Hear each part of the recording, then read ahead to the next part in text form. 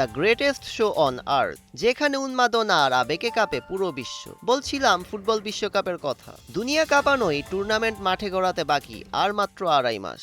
অথচ ঠিক এই সময়ে কপাল পড়ল ব্রাজিলের রাজপুত্র নেইমারের। চলতি মাসে ফ্রান্স ও ক্রোয়েশিয়ার বিপক্ষে প্রীতি ম্যাচের স্কোয়াডে জায়গা হয়নি তার। তবে ব্রাজিল কোচ আনচেলত্তি জানিয়ে দিয়েছেন এটিই শেষ নয়, বিশ্বকাপের মঞ্চে ফেরার সুযোগ এখনো খোলা এই সুপারস্টারের জন্য।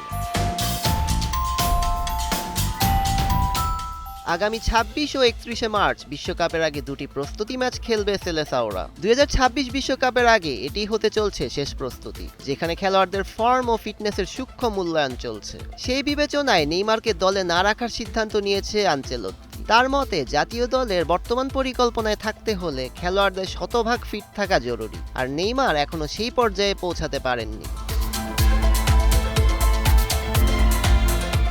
দীর্ঘদিন হাঁটুর চোটে ভোগার পর মাঠে ফিরেছেন নেইমার। সান্তোসের জার্সিতে ফিরে নিজের পুরনো জাদুর আভাস দিয়েছেন ফুটবলের এই প্রিন্স। কিন্তু ধারাবাহিকতা ও ফিটনেস, এই দুই জায়গায় এখনো ঘাটতি রয়ে গেছে বলে মনে করছেন কোচিং স্টাফ। আনচেলত্তি স্পষ্টভাবে বলেছেন এটি দক্ষতার নয়, বরং শারীরিক অবস্থার প্রশ্ন। তার ভাষায়, বল পায়ে নেইমার এখনো অসাধারণ, তবে আন্তর্জাতিক ফুটবলের সর্বোচ্চ পর্যায়ে খেলতে হলে তাকে নিজের পুরোটুকু দিয়েই ফিরতে হবে।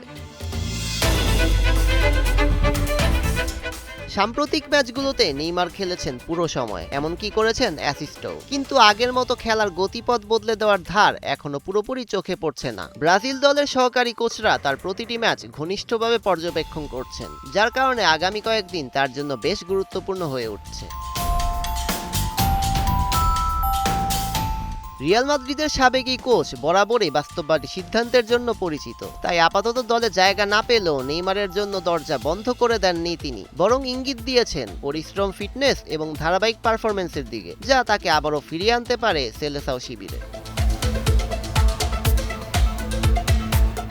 সব মিলিয়ে এই মুহূর্তে নেইমারের পথটা কিছুটা কঠিন হলেও অসম্ভব নয়। সামনে সময় আছে, সুযোগও আছে। এখন দেখার বিষয় তিনি কত দ্রুত নিজের সেরা রূপে ফিরতে পারেন।